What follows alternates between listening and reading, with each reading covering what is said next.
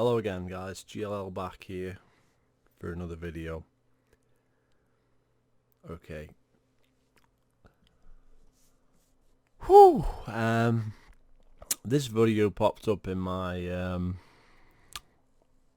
what to watch next because I was clicking on some old Benj Boss videos and stuff, and he's a massive Halo fanboy, and for whatever reason YouTube recommended LNG because I was watching an old video of my own about Benj Boss.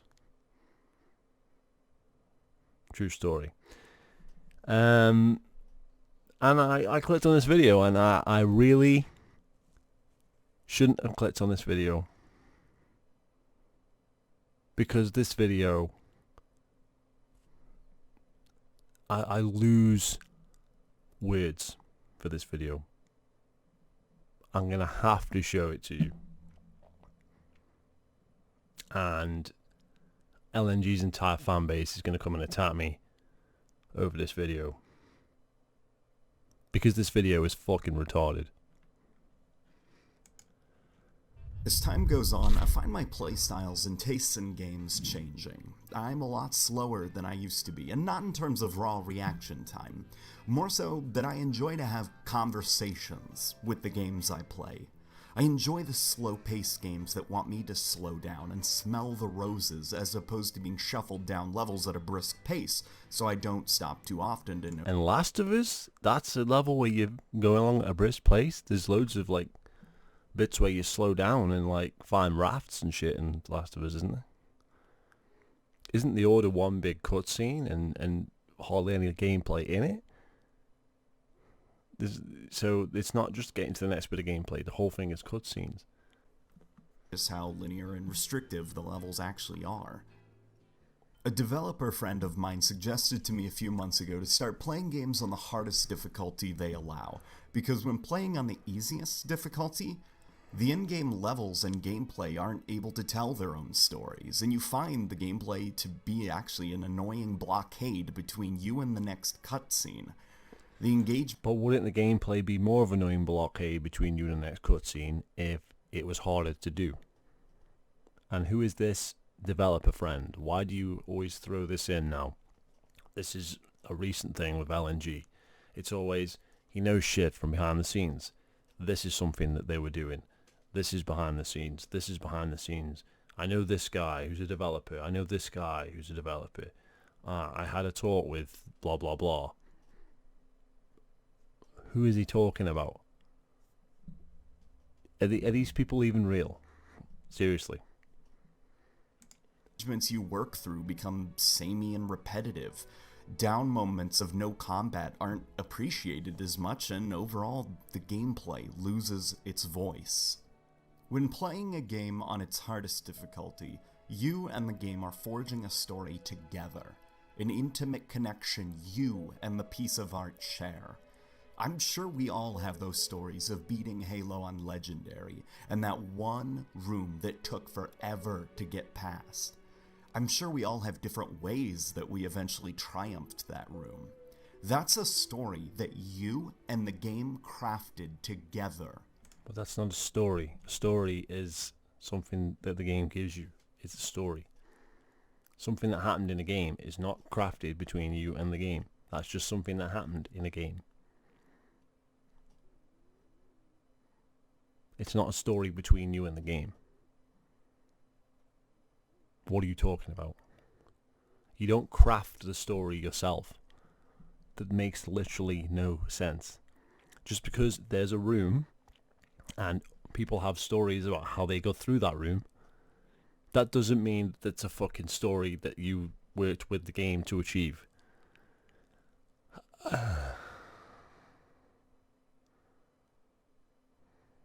I can understand somewhat of what he's trying to say there, but that doesn't make a great deal of fucking sense. Just because people have stories about how they completed a game, that's not the story that the game is trying to provide. The game is trying to provide a story with levels. If you have a story about how you beat a level, that's not something that you've crafted between yourself and the game or some shit. What he's trying to say, it doesn't make sense. He's overthinking this to hell. That's a memory you and the game share together. That is the The true game does not share your memory. You have a memory of playing a game. The game does not have a memory of playing the game with you. beauty of games as an art form. The game itself may be a work of art, but games then work with their players to craft stories and experiences and works of art together that transcend the original game. This is something few other art forms can boast about, and it's part of why I completely disagree with the narrative that video games are only dangerous and they're a waste of time and they're for children. I realized last week that it had been a little while since I'd played Halo 3 ODST. When it first came out, like many others in my school, I dismissed it as boring and dumb because games like Call of Duty were teaching me that slow, methodical storytelling was lame. LNG, didn't you say that you really loved ODST and most people didn't when it came out, but you really loved it? I mean, wasn't that you in that video that I made in like 2015 or whatever? You said that, and now you're now saying this? You're saying that you preferred Call of Duty over ODST when it came out. You have like 150 gamer score on it the last time you had it, and you recently did play it again because I saw you playing it on Xbox Live, because I still have you added from when I play with you on Twitch, and I saw you playing ODST, and I thought, I wonder why he's playing ODST. And obviously it's to make a video. It's not to just fucking enjoy the game. It's to make a fucking video. Because you don't like ODST. Stop lying to yourself. Stop lying to your subscribers. Right there. Bang. You didn't like it when it came out. Contradiction. Huge contradiction.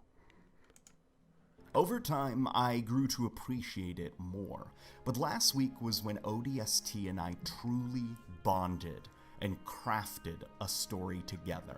So what happened to you really loving ODST? I have good memories from every single Halo game, even the weaker ones like ODST. And you know what? At the time, people didn't like ODST, and you know what? I loved it. That was you. 2014, 2015, that was you. That was your video. That was your video about the MCC and about ODST. That was your video. That's what you said. You lied. Or are you lying now? Which is it? A tale of hell unleashing on Earth, desperately searching for a few bullets for my pistol as a brute kill squad hunted me down, kicking up rainwater as they splashed through the puddles and laughed into the night. Last week, I sat down, loaded up my 360 copy of ODST, turned off my lights, turned off my phone. I plugged in my headphones and prepared for an evening in the new Mombasa streets. ODST's atmosphere is so palpable that you could make a convincing argument that the game itself has a personality. And The game itself does not have a personality. Would you go to see a fucking film with ODST? Would you buy a fucking bag of popcorn and sit in the cinema with ODST on the chair next to you? No, because there's no conversation to be struck up with the game ODST. It's a fucking game. You can't speak to it. You can't go soul searching in ODST. It's not going to have any answers for you. It's not a person. It is a game. It's a halfway decent game, but it's still a fucking game. How does it have a personality? How does any game have a personality? It makes no fucking sense. ODST does not have a personality. And if it did, why the fuck didn't it tell you way back when it came out that it was a good game? But it couldn't, because it can't convey that fucking conversation. Because it's not a person. It is a game. It doesn't have a personality. Person, personality. Person, personality. You have to be a person to have a personality. it can have character, but because you don't have to be a character to have character. But you need to be a person to have personality, because you can't have a personality without being a person. True? Fact? Maybe? Last week I discovered that. In today's video we're going to talk about why ODST is so immersive and why its story is so clever. And as always guys, if you enjoy the video, remember to leave a like and subscribe. ODST is not really immersive, and it doesn't have a very good story. Honestly, it doesn't. Begin.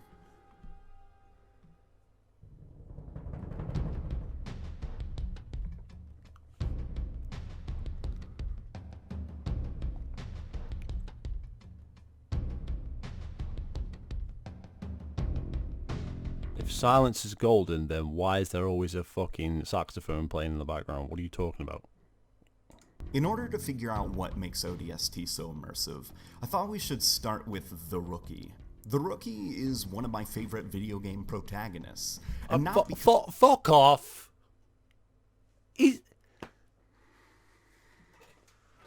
Oh my fucking days! The Rookie from ODST is one of your favourite video game characters, one of your favourite protagonists. Okay, so fuck Lara Croft, fuck Joanna Dark, fuck Master Chief, fuck Marcus Phoenix, fuck Dom Santiago, okay, fuck, there's a million of them, okay, fuck Doom Guy, fuck Mario, fuck Sonic, fuck Link from Zelda, fuck Star Fox, fuck him. How is the Rookie anywhere even in the top 10? Fuck Nathan Drake from Uncharted. Oh. Fuck him. Fuck Kratos from God of War that's coming out. Fuck Aloy from Horizon Zero Dawn. Whatever. Take your pick. There's hundreds. The Rookie doesn't even have a name. Buck's more interested in the Rookie, and he's not even the main character. You don't even play as the Rookie all the way through the fucking game. You play as all these different ODST characters. Why is the Rookie one of your favourite characters? I mean, it's your fucking opinion, so that's fine. But it's a fucking dumb opinion. That's the problem. Okay? It'd be like, say, oh, one of my favourite characters from Star Wars is like Lobo or something. But other people watching this don't even know who Lobo is. But he exists. And he's a character in Star Wars. But no one knows who he is. And that's the same with the fucking Rookie. He's not even got a name. The Rookie is just you. The Rookie is just the player. That's who the Rookie represents. He represents yourself. It's the same in Halo Reach. Noble 6 represents the player. The player projects himself onto that character. He doesn't actually have a character. What's his character? He lands on the planet. He goes around clicking on fucking things that he finds. And then at the end, there's Data Hive and that other fucking, highway level. And the game's over. What does he do in that time? He does nothing. He walks around and finds out about other characters. It's the other characters that carry the game, not the Rookie. The Rookie has no character. We know about Dare. We know about Buck, Mickey, and fucking all these other fucking ODSTs. That's what the game is about. There's even more character shit put into the audio logs. Oh, Virgil, we got to get out of the city. Oh, we need to find a way out. My father will help us. There's more fucking shit in the audio logs, and they suck. The Rookie? The Rookie's just you. He hasn't even got a name. I mean, I know you could argue that with the Master Chief, but the Master Chief has character. Everybody knows who the Master Chief is. The Master Chief you play as every level is the Master Chief. Shit he does impacts the story. The Rookie doesn't impact the story until right at the very end of the fucking game. All he does is walk around trying to figure out what happened. He just represents the player. He's not a main character. So how is he a good protagonist? How is he one of your favourite protagonists? How would you arrive at that conclusion? Even Soap from Call of Duty has more character than the Rookie. And I hate Call of Duty. But come on. It's obvious. It's so fucking obvious. Honestly, that makes no sense. Because he's a deep and well-written character, but because he felt like a natural evolution of Chief's role in the Bungie games. How is he a natural evolution? The Master Chief is a character. He's got that iconic fucking voice. Everybody knows the Master Chief. They know the voice. They know that the look. The look is very important also. That's the Halo 1 look there. But even the Halo 2 look, it's iconic. Okay? And what do you have with Master Chief? Because he's a bit of a mute, you pair him with Cortana. And Cortana does a lot of the dialogue. Cortana's the brain behind Master Chief. She helps him. She guides him. Okay? And they talk to each other. Because Chief is on his own, they give you a character that Chief is in contact with for the whole game. And so is constantly talking to Cortana. And other characters interacting. So he's always doing something. The Rookie doesn't speak to anybody. Until right at the end of the game. So how do we know what the Rookie's feeling? How do we know what the Rookie's thinking?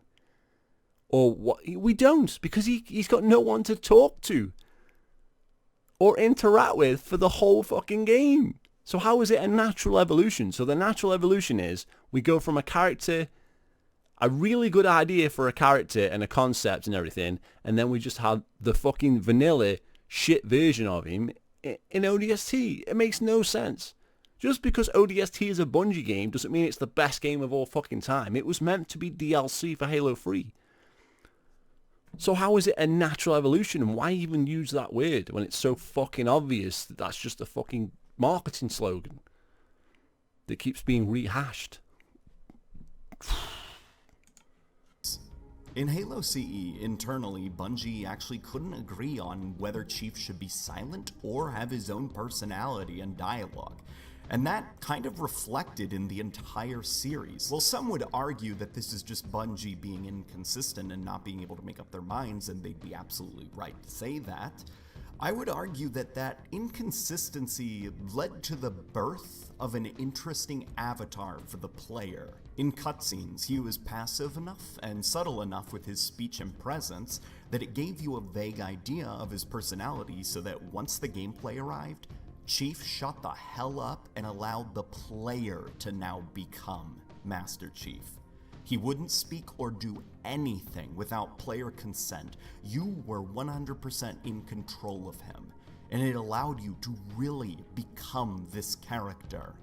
It's sort of like as a kid when you saw Star Wars, and then after the movie was over, you picked up your Han Solo action figure and you played with it. Han Solo in the movie, he's done now.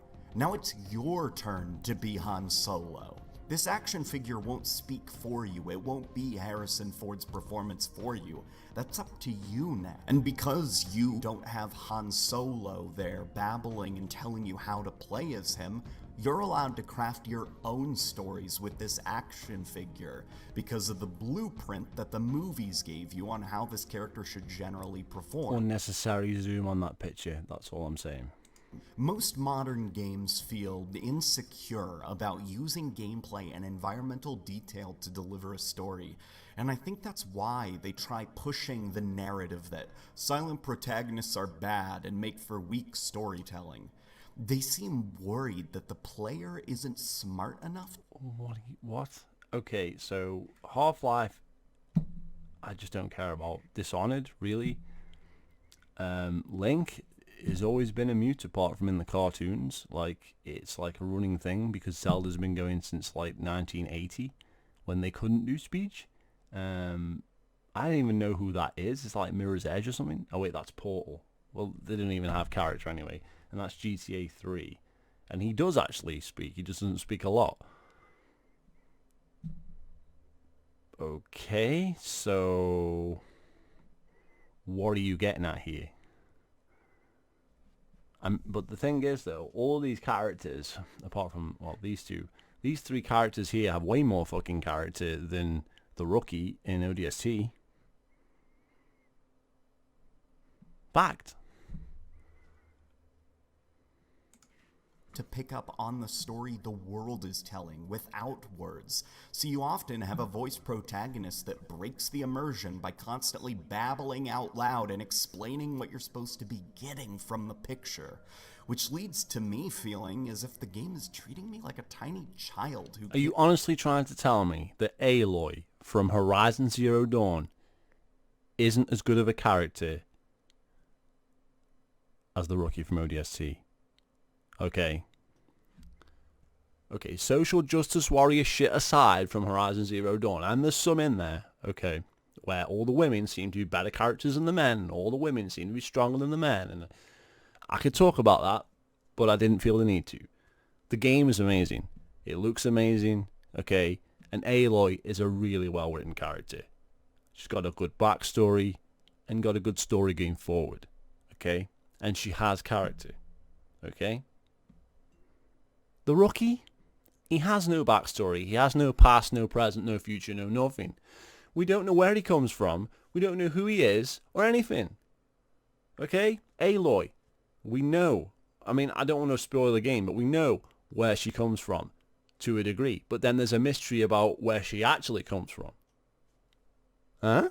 So we know where she's been living. We know who's raised her. We know all about the tribes and the folk and whatnot. And then we learn more as we play the game. We learn about the other tribes and we learn all sorts of shit as we go through the game and how the world was created and all that. Okay, and the story starts to fall apart towards the end for me personally, but it's a great fucking story and it's a great fucking game overall. Okay? That's a way better written character than any fucker from ODST. Honestly. Because the game is crafted solely around that character so much that she's very well written. Some of the other characters in the game are fucking shit. I'll hold my hands up. But Aloy from Horizon Zero Dawn, because she constantly natters, is a shit character? Are you fucking kidding me? What do you mean she constantly fucking natters? Well, because she sometimes says like, oh, I've got to try and get this guy. I should stab him in the belly or something.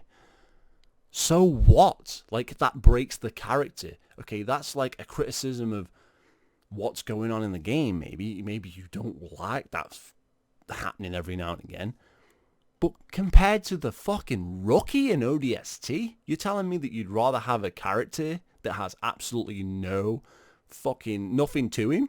Compared with Aloy from Horizon Zero Dawn? Game of the year for fucking last year, as far as I'm concerned, but... Are we really going there? Like, seriously, Aloy from Horizon Zero Dawn versus the rookie from ODST. Okay, I like both of these games. I think they're both great games, but clearly Aloy is the better fucking character.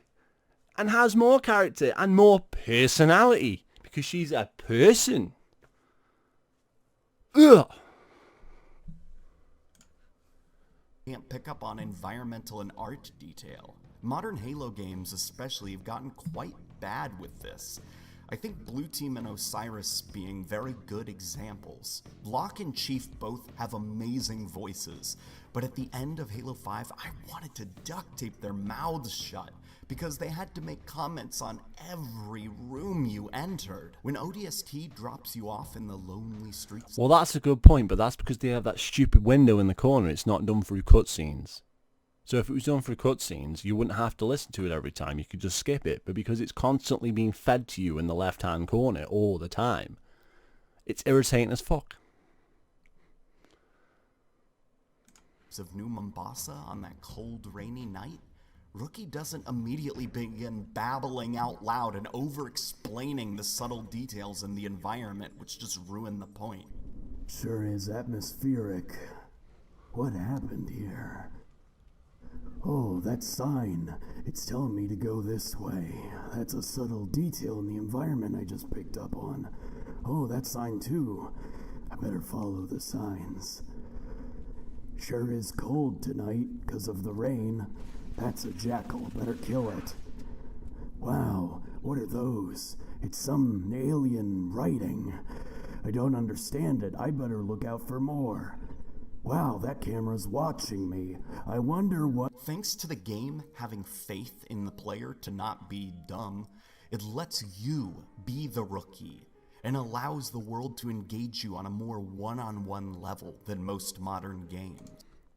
Aloy from Horizon Zero Dawn, the rookie from ODST. Aloy from Horizon Zero Dawn, the rookie from ODST. Aloy from Horizon Zero Dawn, the rookie from ODST. Aloy every fucking time, dude. Like, seriously. Doesn't matter how much fucking garbage she says during a game, she has more character. Okay, if you're talking about immersion and the style of which something is presented, okay, you could argue that for anything. Okay? But that's not the same as a character that we actually give a shit about. Why do we give a shit about the rookie? You said he was one of the best characters, best protagonists ever in a fucking video game. You just said that. And then you compare him to fucking Aloy from Horizon Zero Dawn? Really? How does that even no fucking way, man. Instead of having the rookie describe how wet the rain is to the player as he monologues out loud, you feel the water soaking in through your boots. You can hear... Well, you don't, because it's a fucking ODST suit and no water should get in it, but whatever. The pattering of it on your helmet. I understand that this is mostly subjective, as some people would actually prefer to be co-piloting a well-established character with his own views and thoughts, but I do think that the way Rookie was handled in ODST shows how a lot of modern game worlds are worried and scared that they can't immerse the player without... Sonic fucking Boom Rise of Lyric? How is that even a comparison? I mean, compare it to like Metal Gear Solid 1. Snake is constantly talking to people over his fucking radio, constantly talking like what's going on.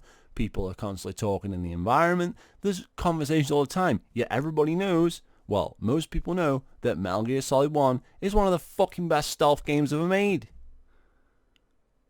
Especially the fucking GameCube one, which has got fucking graphics from like 2004 or whatever. Different styles of games, but that doesn't mean that the Rookie is a good fucking character, like you said at the beginning. That makes no fucking sense. The Rookie's a good character because he never fucking speaks throughout the entire fucking game apart from right at the fucking end. Really? Really? Because I could have sworn Solid Snake was like one of the best fucking characters, and he's ripped off of a movie character called Snake fucking Plissken from Escape from New York. And he's still better than the fucking Rookie from ODST. No one's going to argue that. Solid Snake, the Rookie. Solid Snake, the Rookie. Solid Snake every time. Having a talking character constantly over-explaining and pointing out the subtle details. We get it, you don't like Horizon Zero Dawn. Can you have another example, please? I mean, you don't seem like the kind of person that would embrace anything other than Call of Duty and shit like that, because that's all you ever seem to be playing, zombies and fucking shit like that. But Horizon Zero Dawn, you play a game like that and you think it's crap because the character sometimes talks while you're walking around? There's loads of fucking parts of the game where that doesn't even happen. It's a fucking open world RPG. It's actually helpful in that game to have that feature, because when you get somewhere you can't go, she'll say something like, oh, I can't go here right now, or something like that. So you know that you can't fucking go there, so you don't spend hours of your life wasting away trying to climb a mountain you can't climb, because you have to go do something else in the game to come back there. So it's a useful feature in that game. Whereas in Halo, you don't need that. You don't need that in Halo. Totally different games, man. Totally different fucking games. In the world, essentially having their voice protagonists build the world for the world.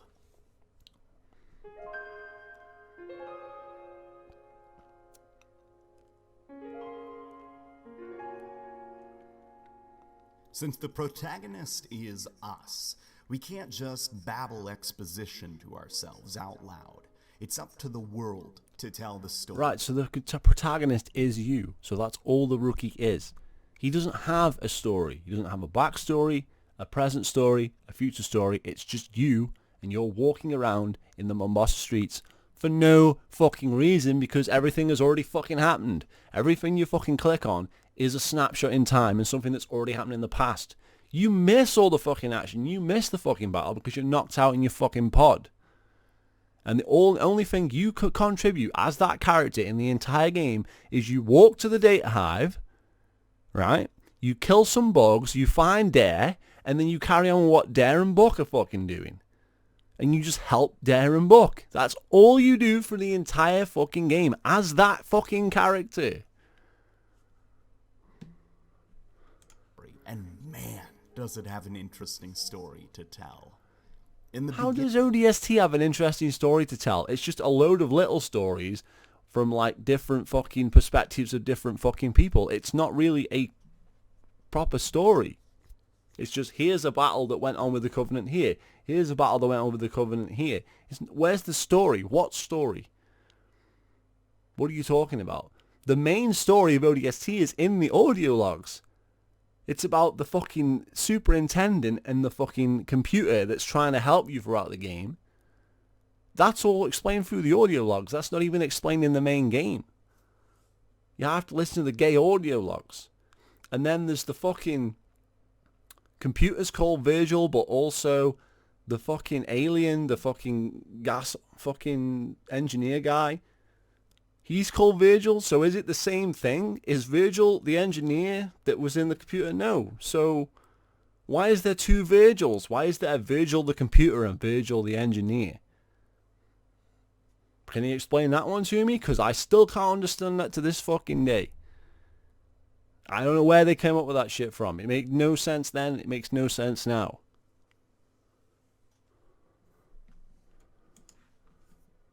Beginning of the game, you see some graffiti that says Hell on Earth.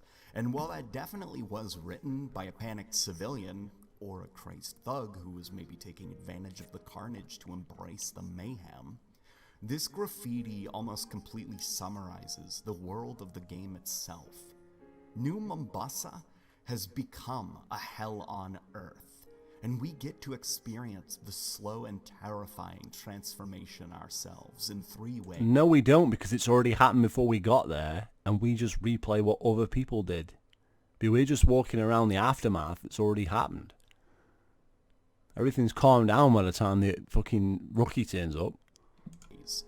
We get to see the transformation firsthand during the campaign missions as we race through the city, dodging wraith. But you don't race through the city because that's not the rookie. That's other characters like Dutch and fucking Buck and Mickey and those characters.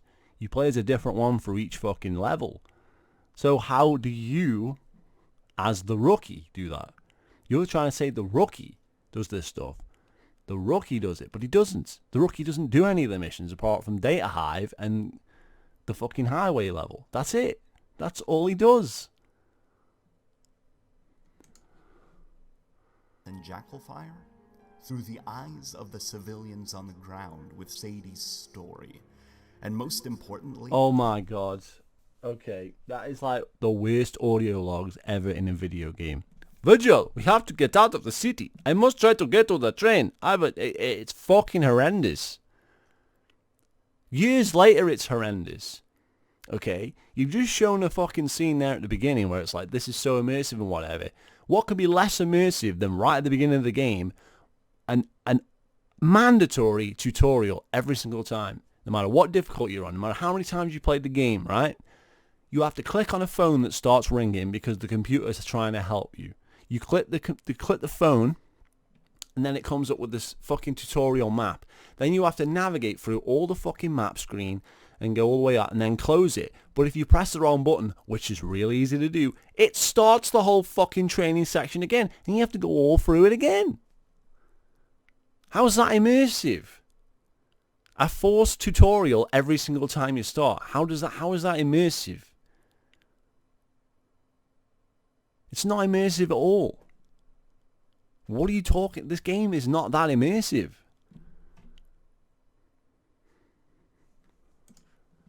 the aftermath, the complete transformation. I mean, this too, like here, like this vehicle.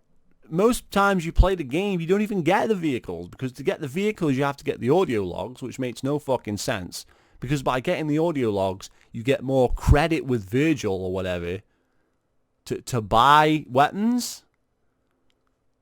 That makes no sense. You what? You collect audio logs, a total of 50 or 51 or whatever, and then you get one extra audio log or whatever.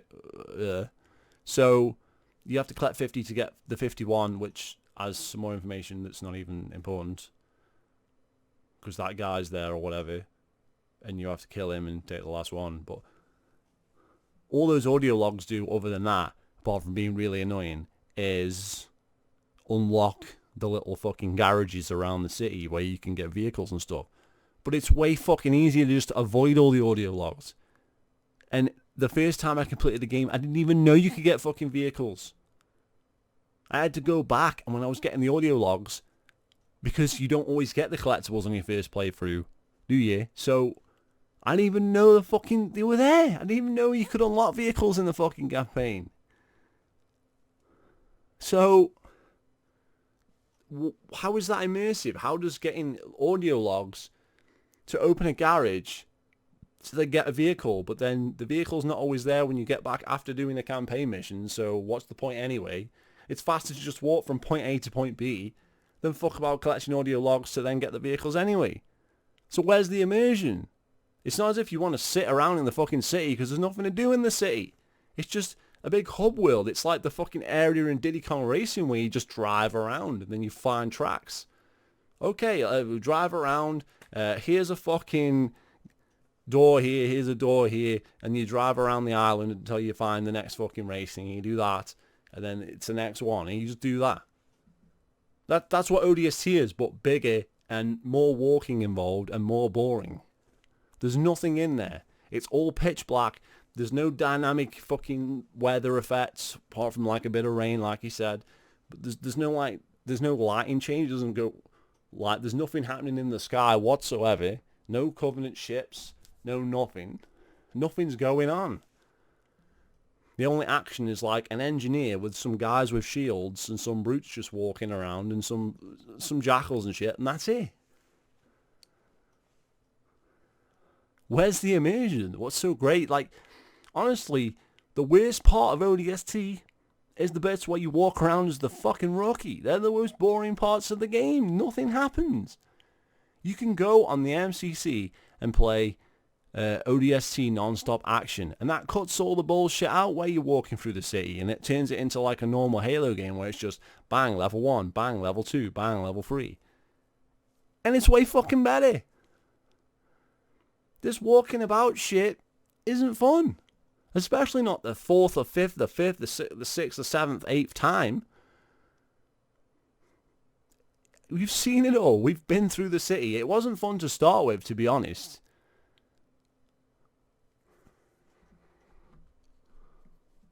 Fucking hellfire. Sadie's story is a set of logs that you uncover as you traverse the lonely streets, being hunted by monsters from another world.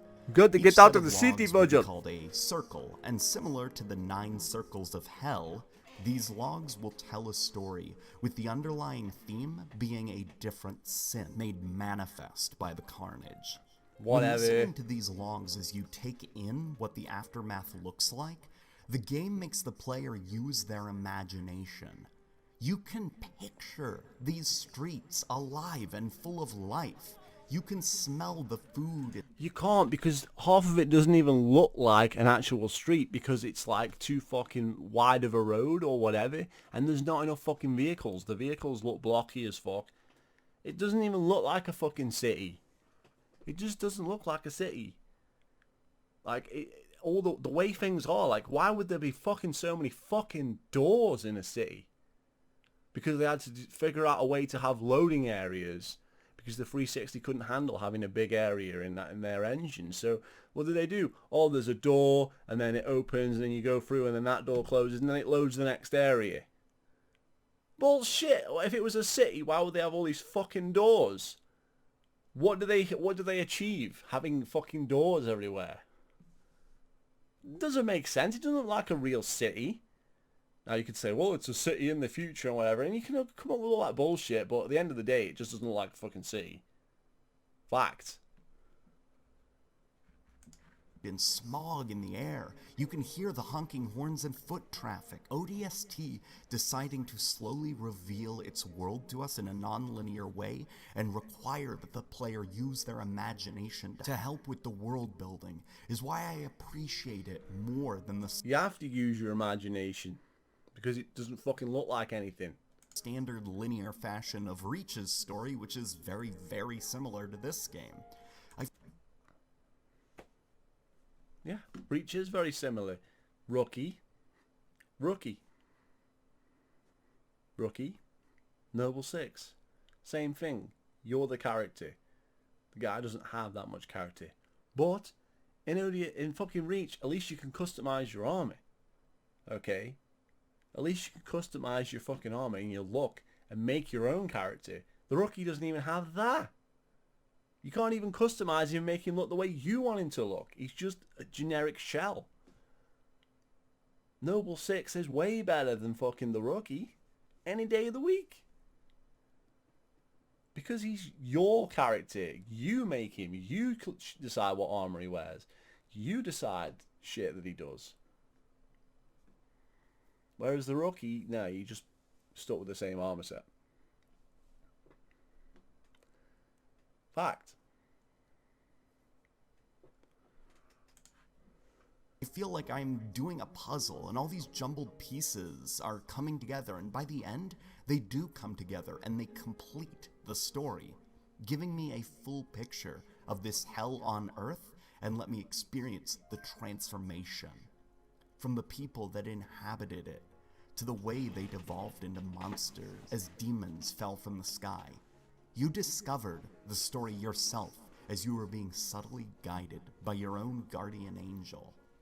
In typical Halo fashion, ODST draws from religious works to help build a world around these themes, and one of the game's themes that actually integrates with the gameplay seamlessly is the idea of a guardian angel protecting and guiding us from the influence of Hell's demons. The engineer who took control of the city's infrastructure acts as our protector, silently watching over us and Right, hang on a minute. This is where it all goes fucking stupid. Because Virgil is the computer, right? He's not the engineer.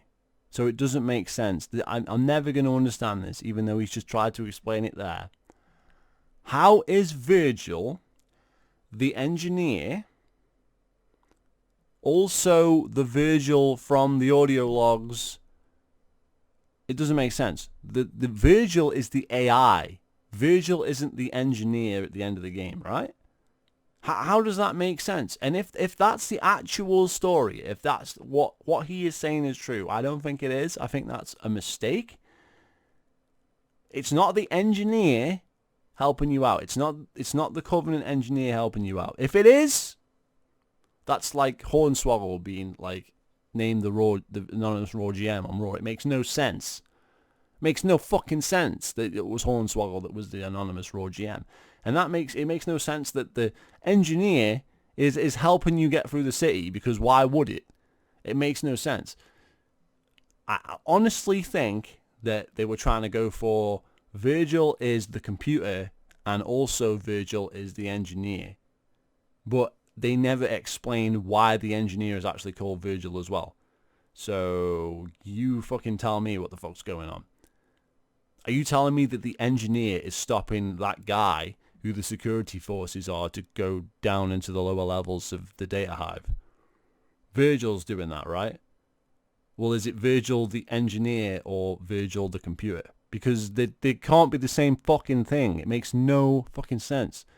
So who was the city's computer before Virgil the alien turned up? And why does that chick from the audio logs know who Virgil is? So obviously Virgil's the computer, but then Virgil is the alien. This never made any sense. And LNG, he doesn't understand it either. Yet he's trying to say this is his great story. That doesn't make sense. And never did. Subtly guiding us on the path.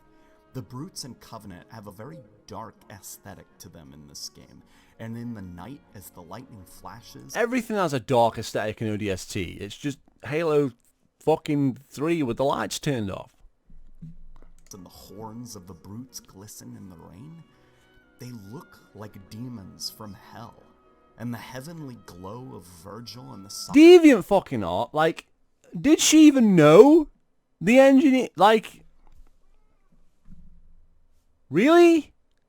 Really? This black chick who is in the audio logs, right, knows Virgil the engineer. Not Virgil the computer, but Virgil the engineer. Even though the engineer came with the Covenant. The Covenant came to Earth to destroy the population. So why would this chick be friends with Virgil the engineer? Is the entire Halo fanbase retarded or something? It doesn't make sense. Someone explain it to me. Try and explain it to me. Virgil the computer, Virgil the engineer. That's how I've always seen it. And that's how all my friends have always seen it. There's two. There's Virgil the computer, Virgil the engineer. And it's never explained why the engineer is called Virgil. Never explained, but that's the only explanation, because if you're trying to say that Virgil the engineer was already there before anything happened in the city, Virgil, we've got to get out of the city. That means Virgil was the computer. Like fucking Cortana's the computer on the ship. If you call a fucking alien Cortana, and it's like, oh, Cortana turned into the alien. No! That makes no sense. The computer... The superintendent is called Virgil. Not Virgil the fucking alien is... Oh, man. Like, it never actually made sense because they never explained it in the game. But this shit is fucking dumb. Okay, this shit is fucking... It's not a good story because it doesn't make sense. Even if that is true, even if I'm wrong, and it is the alien all the way through the game... Which I don't think it is. In fact, I know it isn't, because I've headcanoned this for years. But even if it was, that would just make the game even more stupid and retarded. It wouldn't make it better. It's like, oh, yeah, well, the engineer was there before the Covenant landed. He was already there behind the scenes. Fuck off. Bullshit. Come on now. That's garbage. Soft noises that he makes that contrast with the snarling laughter of the Brutes. In the end of the game, when you finally find your guardian angel and make it out of this hell, you feel like a changed person. And you aren't stopping a giant... You feel like a changed person taking a big floating blob out there and it's going...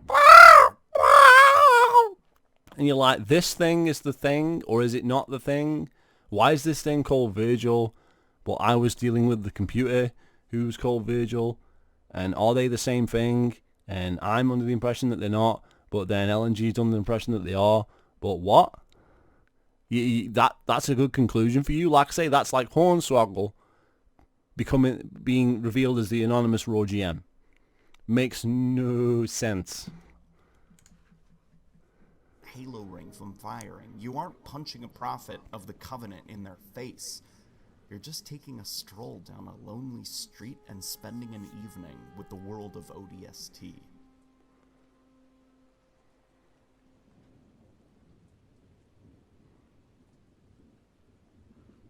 Well, looks like it's a wrap, guys. So let me know what you think, because apparently, according to LNG, Virgil, the alien is there all the way through, and the thing you're communicating with on the computer screen and everything, the Force tutorial at the beginning, which I hate, all the shit through the beginning, the audio logs, the phones ringing, the shit that's guiding you through the game, all these subtle arrows and shit, all that is being done by the alien. The alien's trying to help you. It's not the superintendent, the actual computer, trying to help you. That's also called Virgil, because you know that from the audio logs. But Virgil has always been the alien, and the alien has always been controlling our sensitive systems. even though at the end of the game Johnson starts to question the alien. Well, if we already had the alien there, wouldn't the alien already have given us all the information on the Covenant? So that makes no sense. So we have him because he came with them, and now we're going to get the information from him to help us beat the Covenant, even though that's never followed through on. But that's in the game, so clearly he can't have been there in the beginning, which means Virgil has to be the computer. Because how can this black chick, who's in the audio logs, know Virgil the alien? No way, man. All I can say, it's never been explained why Virgil the computer and Virgil the alien, or what the relationship is there. Never, or even if there is one. It's just all of a sudden the alien's called Virgil. It's like they just fucking skipped over like 10 pages. Really. Superintendent, the computer, you're dealing with that through the game, and then right at the end it's like, and here's Virgil the alien. So, what? How could the alien communicate with you via the computer and guide you through when fucking Dare's there?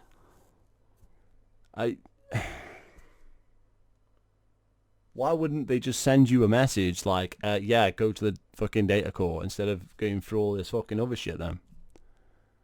Why is they guiding you to all these little pieces of the fucking level?